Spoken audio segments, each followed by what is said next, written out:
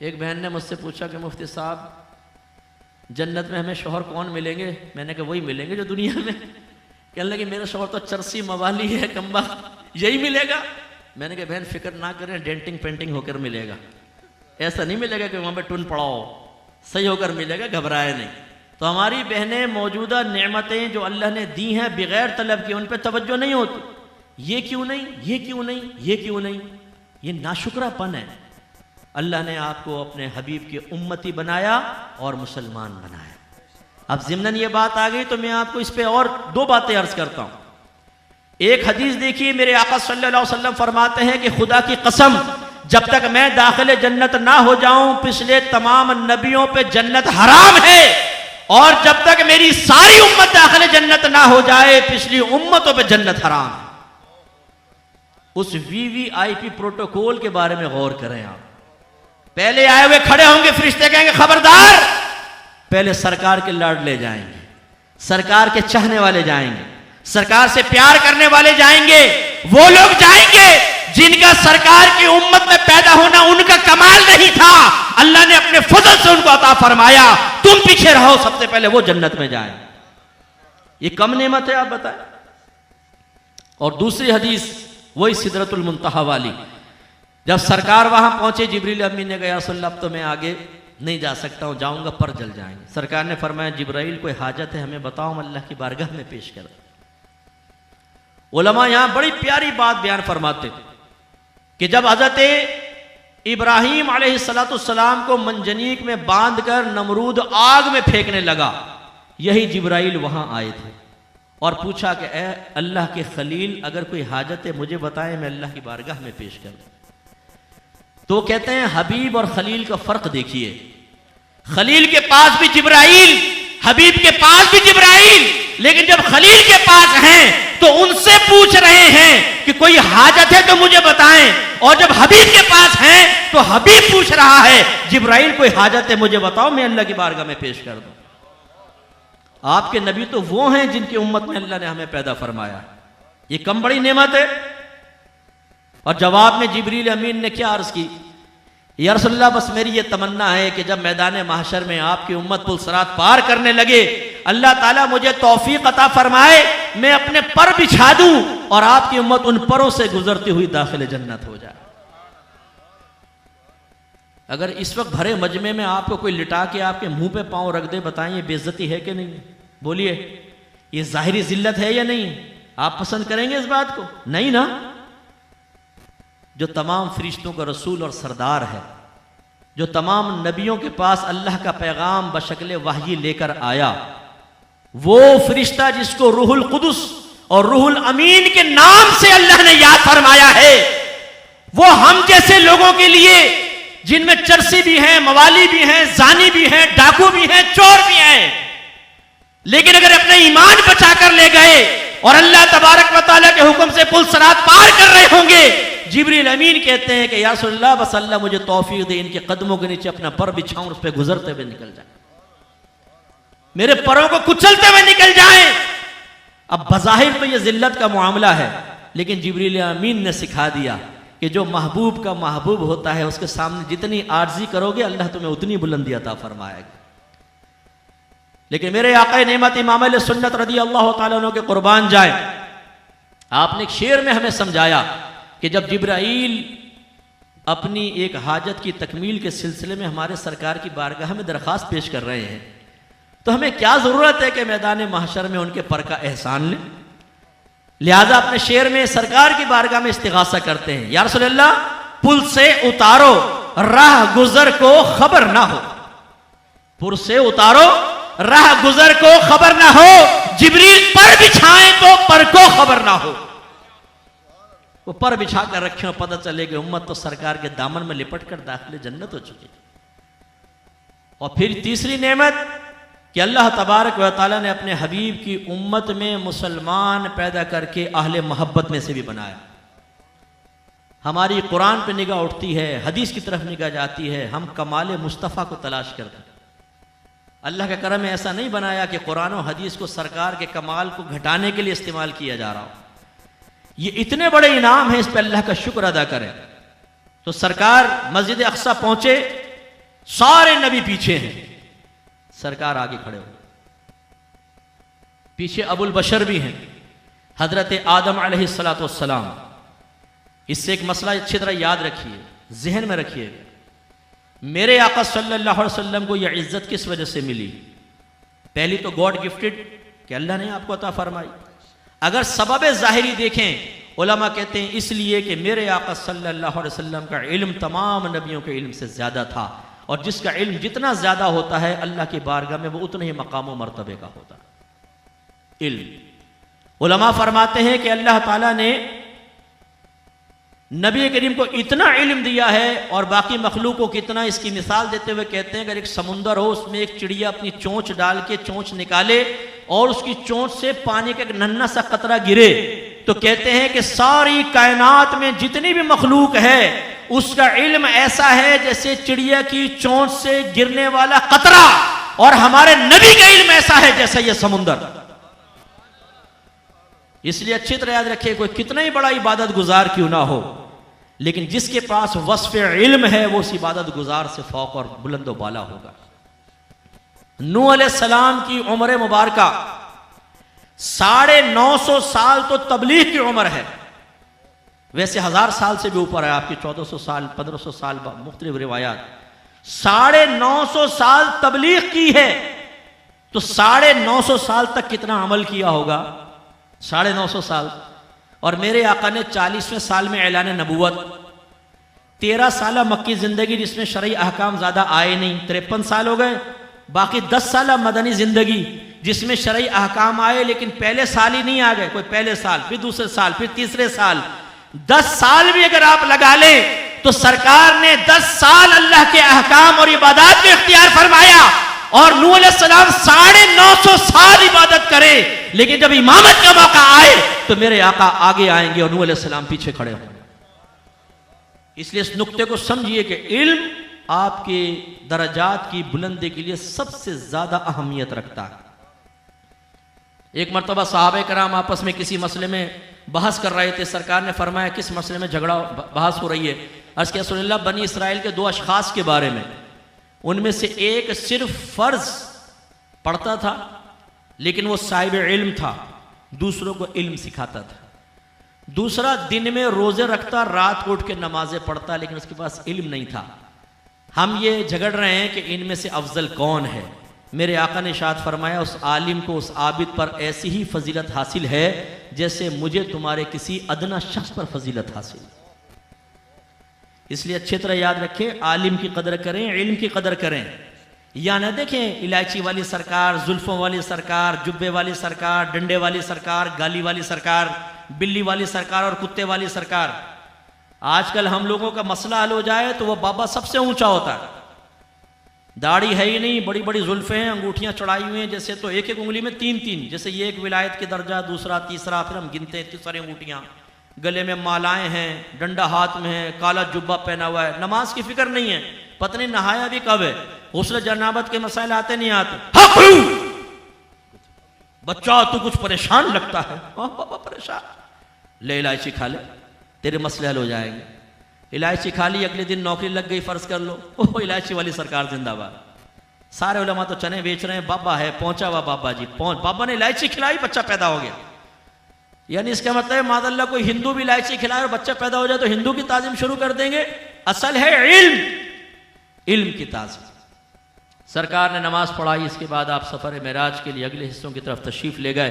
Bill इख्तिसार, क्योंकि time बिल्कुल तकरीबन खत्म हो रहा है, सरकार पहले आसमान, दूसरा, तीसरा, चौथा, 5वां, 6ठा, 7वां अर्श इलाही पर पहुंचे, सिदरतुल मुंतहा को क्रॉस किया, हत्ता कि अल्लाह की बारगाह में पहुंच गए। राजो नियाज की बातें हुई, देखिए जरा नुक्ता समझिएगा। वहां जो राजो नियाज की बातें हुई सरकार ने वो बयान नहीं फरमाई। जो जाहिरन हुआ बस वो ये कि अत्तहियात जो हम पढ़ते हैं वो मुकालमा हुआ, कुछ 1-2 चीज़ें अल्लाह ने बयान फरमाई, 50 नमाजों का तोहफा दिया, सरकार वापस आ गए। क्या इतनी बातें हुई थी? जो नबी बिस्तर से उठकर जाए, तमाम निशानियां देखकर वापस आए, बिस्तर अभी गर्म हो, इतने मुख्तसर वक्त में अल्लाह ताला उसको सब दिखा दे, क्या वही रब एक मुख्तसर वक्त में बहुत सारी राजो नियाज की बातें नहीं कर सकता? तो अल्लाह ताला ने बहुत कुछ आपको वहां अता फरमाया, लेकिन जाहिर करने का हुक्म नहीं था। सरकार ने उसको राज रखा। जो जाहिर फरमाया उसमें एक ही है कि अल्लाह ताला ने मुझे 50 नमाजें अता फरमाए, हबीब ये आपकी उम्मत के लिए। सरकार लिया, मूसा अलैहिस्सलाम से मुलाकात हुई, एक रिवायत में छठे, एक रिवायत में 7वें आसमान पर। पूछा क्या मिला? सरकार ने फरमाया 50 नमाजें। बस अब इख्तिताम कर रहा हूँ, ज़रा गौर से सुन लीजिएगा। नात खानी में बैठकर अपने दराजात का मुतमन्नी होना गलत नहीं, मैं कहूँगा गलत नहीं, बरकत, अल्लाह आपको बहुत दर्जा अता फरमाए। लेकिन फ़र्ज़ को छोड़कर मुस्तहब की तरफ आएंगे तो याद रखें मुस्तहब भी अल्लाह ताला कबूल नहीं फरमाता जब तक फ़राइज़ पूरे नहीं होंगे। ये अच्छी तरह याद रखें। मैं नहीं कर रहा हूँ, सिद्दीक़ अकबर का कौल है, अभी टाइम नहीं है, मैं उस पर भी दलाइल आपको देता। 50 नमाजें। मूसा अलैहिस्सलाम ने अर्ज़ की या रसूलल्लाह इसमें कमी करवाइए, आपकी उम्मत ये नमाजें नहीं पढ़ेगी। मैंने बनी इसराइल को बहुत आजमाया है। सरकार 9 दफ़ा उनकी तलकीन पर वापस गए और 45 नमाजें मुआफ़ करवाई। 45। जब 5 सरकार 5 लेकर आए, मूसा अलैहिस्सलाम ने पूछा कितनी रह गई? सरकार ने फरमाया 5। उन्होंने क्या कहा? वो हमारा निकम्मापन जानते थे, या रसूलल्लाह इसमें भी कमी करवाएं, आपके उम्मती ये 5 भी नहीं पढ़ेंगे। सरकार ने जवाब में क्या फरमाया? ए मूसा, अब तो अल्लाह की बारगाह में जाते हुए शर्म आती। आप अगर निकम्मे हो और आपकी वालदा आपके वालिद को मजबूर करें कि बच्चे की सिफारिश करो कोई नौकरी मिल जाए, मैट्रिक में आप फेल, आवारा गर्दी, आता कुछ नहीं, एक्सपीरियंस कुछ नहीं, तो 2 मिनट के लिए आपके वालिद भी शर्मिंदा हो जाएंगे कि किस मुंह से जाके कहूं कि बच्चे को नौकरी दे दें। वालिद साहब भी कहेंगे कि इतना निकम्मा तो मेरा बच्चा है, क्या कहूं। और अगर जाके सिफारिश कर भी दे और पूछे मैट्रिक तो किया होगा? नहीं। कोई हुनर तो होगा? नहीं। कुछ अच्छा भी है? नहीं, पक्का आवारा गर्द है। तो वालिद साहब खुश होंगे कि शर्मिंदगी होगी? बस ये बात समझिए, इस नुक्ते को मैं समझाना चाह रहा हूं। सरकार को शर्म आई कि मैं अब अल्लाह की बारगाह में जाकर ये कहूं या रब्बे करीम मेरे उम्मती ये 5 नमाजें भी नहीं पढ़ेंगे, सैयदुल अंबिया का उम्मती 5 नमाजें भी नहीं पढ़ेगा। सरकार को शर्म आई। मेरे नबी हया शर्म करे और अल्लाह की नेमतें खाने वाला मुसलमान और ये झूठे नारे लगाने वाला गुलामी रसूल में मौत भी कबूल है, ये 5 वक्त नमाज तर्क करके भी शर्म ना करे। अफसोस का मकाम है कि नहीं है?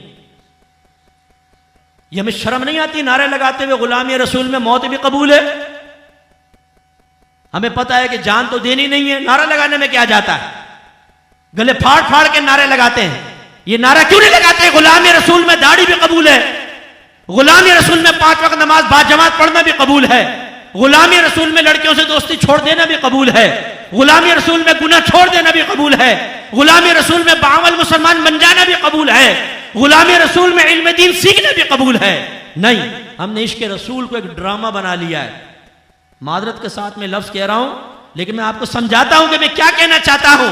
हमने एक ड्रामा बना लिया है जिसमें हकीकत नहीं होती, सब अदाकारियां कर रहे होते। हम भी जानते हैं ये बाप नहीं है, ये बीवी नहीं है, शौहर नहीं है, हमें पता है अदाकारी कर रहे हैं, एंटरटेनमेंट है, चलो यार देखते हैं, एक ड्रामे की पूरी किस्तवार सीरियल देखते हैं।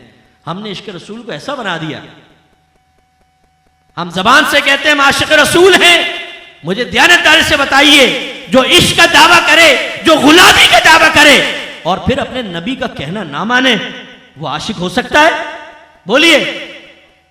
मिसाल देते हुए मुझे शर्म आती है, एक लड़के को लड़की से मोहब्बत हो जाए और वो आपसे कहे यार उस लड़की से बड़ी प्यार, बहुत मोहब्बत है, उस लड़की का फोन आ जाए, वो कहे कि आज नीले कपड़े पहन कर आना, और आप जवाब में कहे नहीं मैं नहीं पहन रहा, बाल जरा दूसरे बना लेना, मैं नहीं बनाऊंगा, जूते फला पहन के मैं नहीं, अच्छा आज रात को आ जाना, फेसबुक पे बैठ के चैट करेंगे, भाई मेरे पास टाइम नहीं है। फिर आप वो बंद करके आपसे कहे उस लड़की से ना मुझे बड़ी मोहब्बत है, इश्क बहुत ज्यादा। दयानतदारी से बताइए आप क्या कहेंगे, इश्क में सच्चा है कि झूठा है? बोलिए बोलिए। और एक इश्क का दावा करे और जो लड़की कहे वो कर बैठे, जो वो कहे, अपना हुलिया बदल ले, अपने कपड़े बदल ले, अपने जूते बदल ले, ये इश्क में आपको सच्चा नजर आएगा कि झूठा नजर आएगा? बोलिए। एक है वो कहे यार मैं उस लड़की के इश्क में फना हो चुका हूं, लेकिन आपके साथ पिज़्ज़े खा रहा है, चिकन टिक्के बोतलें चढ़ा रहा है, डकारे ले रहा है, सारी रात सो रहा है, कोई गम नहीं। एक कहे कि मुझे इश्क हो गया एक लड़की से, रातों को जाग रहा है, बाल बिखर गए हैं, खाना खाने का होश नहीं है, अजीब पागलों की हरकत कर रहा है। बताएं इश्क में कौन सच्चा है कौन झूठा है? बोलिए मुखलिस कौन है? जो पागल बना वो ना। अब जरा अपने आप को मायने में देख ले। नबी से इश्क का दावा और जब नबी का हुक्म मुतवज्जे हो, सरकार की गुलामी का दावा और सरकार हमें हुक्म बयान फरमाए तो हम अपनी जबान से नहीं अपने अमल से कहें। एक मिनट पहले हुक्म सामने रखो, सोचेंगे, गौर करेंगे, बीवी से पूछेंगे, बाप से पूछेंगे, मां से पूछेंगे, दोस्तों से पूछेंगे, कारोबारियों से पूछेंगे, दुनिया से पूछेंगे। इजाजत मिलेगी तो नबी का कहना मानेंगे, वरना नबी का हुक्म नबी के हवाले कर देंगे। ये इश्क है, ये गुलामी है। अब मैं आपसे पूछता हूं, अगर यही इश्क और यही गुलामी आपकी बीवी आपके साथ इख्तियार करे, आपका दोस्त यही रवैया आपके साथ रखे, आपकी औलाद आपके साथ ऐसा रवैया रखे, तो मूड खराब होगा कि नहीं होगा? बीवी को सारी नेमतें दें और फिर आप सुने वो किसी से फोन पर आपके दुश्मन से बात करते हुए कह रही हो कमबख्त मरता भी नहीं है, मैं तो बेजार आ गई हूं। आप कहें खाना बना दे, मेरे पास टाइम नहीं है, पानी पिला दे, मेरे पास टाइम नहीं है, चाय बना दे, खुद उठ के बनाओ, मेरी भी बनाकर ले आओ। आपका दिल चाहेगा उसको नेमतें देने को, आप रखेंगे उसे अपने पास। अगर आप कुदरत रखते हैं तो आप तलाक देके बाहर कर देंगे। लेकिन हमने क्या किया हुआ है? नबी से मोहब्बत का दावा, इश्क का दावा, गुलामी का दावा, और फिर अल्लाह के नबी कुछ हुक्म बयान फरमाए तो चेहरे बिगड़ जाएं, मूड ऑफ हो जाए, खाए पिए नबी का, नारे तो लगाए। कौन खिलाता है? हम तो नबी का खा रहे हैं भाई, जिसका खा रहे हैं उसके गुण गा रहे हैं। तो भाई उसूल तो ये, जिसका खा रहे हैं उसका कहना भी माना जाता है। माँ बाप का खाते हैं तो उसका कहना मानते हैं, बीवी शौहर का खाती है तो कहना मानती है, आप अपने अफसर का खाते हैं तो अफसर का कहना मानते हैं। नबी का खा रहे हैं तो नबी के अहकाम बोझ क्यों महसूस हो रहे हैं? अपने आप से सवाल करें, आईने के सामने खड़े होकर सवाल करें और फिर हमें बताएं कि हम ये गलत कह रहे हैं कि हमने इसके रसूल को एक ड्रामे की तरह बना लिया है कि जाहिर कुछ है और बातिन कुछ है। मैं आपसे एक दायरा अदब में रह के क्वेश्चन करता हूं, मुझे कोई एक जवाब दे दे। जैसा इश्क हमारा है आज के दौर में, ये कहना बिल्कुल ना मानो, खाली नारे लगाओ। सहाबा किराम में से एक मिसाल मुझे ऐसी पेश करके बता दे, एक मिसाल मुझे जवाब दें। सहाबा किराम से बढ़कर कोई आशिक रसूल हो सकता है? जोर से बोलिए, हो सकता है? अब मैं आपसे पूछता हूं उनके इश्क रसूल की अलामत क्या थी वो बताएं। आप जवाब देंगे एक ही बड़ी अलामत थी मुफ्ती साहब, सरकार की जबान से अल्फाज बाद में निकलते थे, सरकार जाने पहले कुर्बान कर दिया करते थे। सरकार अभी जबान से कुछ नहीं कहते, आपके भवों के इशारों से समझकर अपने सब जानो माल कुर्बान कर दिया करते थे। और हम हट्टे खट्टे मोटे ताजे खाएं पिए, जो नबी का हुक्म अच्छा लगे। वो यार ये लौकी खाना सुन्नत है ना, ऊंट का गोश्त खाना भी सुन्नत है ना, ये सुन्नत तो बड़ी अच्छी लगे, दबा के खा रहे हैं जी, लौकी और खजूरें खा रहे हैं, फुला चीज, ये सुन्नत है। 5 वक्त नमाज भी तो नबी की सुन्नत है, सुन्नत फर्जिया। दाढ़ी सुन्नत वाजिबा। जब ये आए जहां पर उस्ताद नफ्स और हमारा उस्ताद शैतान, आप नहीं, ऐसे बुरे लोगों को बता रहा हूं, आप तो अच्छे लोग हैं उनके बारे में कह रहा हूं, वो कहे खबरदार नबी का खा रहे हो, नबी का गुलामी का दावा कर रहे हो, लेकिन बात तुम्हें मेरी माननी होगी। हम कहें या नफ्स हाजिर लब्बैक, या शैतान लब्बैक, या शर्म आनी चाहिए। शर्म आनी चाहिए नहीं आनी चाहिए? दयानतदारी से बता। मैं सिर्फ आपको नहीं कह रहा, खुदा की कसम अपने आप को भी कह रहा हूं। मेरी आदत है, मैं जब कोई बात बयान करता हूं सबसे पहले एक आईना सामने रखता हूं। मैं अपने आप को कोई बहुत आलिम, बहुत मुत्तकी, बहुत परहेजगार बिल्कुल नहीं, मैं आप सबसे गुनाहगार होऊंगा। मैं एक तालिब इल्म हूं, इसलिए मत सोचिएगा खाली आपको डांट रहा डपट रहा हूं, नहीं, मैं चाहता हूं जरा शऊर पकड़ें। खुदारा ये हमने क्या मजाक कर रखा है अपने नबी के साथ। इश्क रसूल का दावा और नबी के अहकाम बोझ बन जाएं, गुलामी का दावा और सरकार का कहना ना माने, ये बिल्कुल गलत है। तो बस आखिर में चंद शेर कह के अपना बयान ख़त्म करता हूँ, क्योंकि टाइम पूरा हो गया है और मैं नहीं चाहता हूँ कि मैं किसी और का टाइम लूँ। सिर्फ चंद शेर मेरे आक़ा नेमत इमाम अहले सुन्नत रदी अल्लाह तआला अन्हु इसमें हमें समझा रहे हैं कि सरकार ने तुम पर बड़े एहसान किए हैं, इन एहसानात का शुमार किया है। और इसका तकाजा ये है कि जब मोहसिन कुछ अपना काम कहे जिसमें हमारा ही फ़ायदा है, तो मोहसिन का कहना मान लो यार। माँ बाप का एहसान मानने का हुक्म है ना, हालांकि माँ बाप अगर बच्चे पैदा करते हैं उसमें उनका अपना भी तो दखल होता है ना, भी हमारा बेटा होगा, हमारी बेटी होगी, लेकिन फिर भी अल्लाह ने फरमाया माँ बाप का एहसान मानो। बीवी को हुक्म दिया है शौहर का एहसान मानो। तो आला हजरत ने ये अशार लिखे, इसके आखिर में आता है ये हैं से मुराद मेरे सरकार की ज़ात है। आला हजरत फरमाते हैं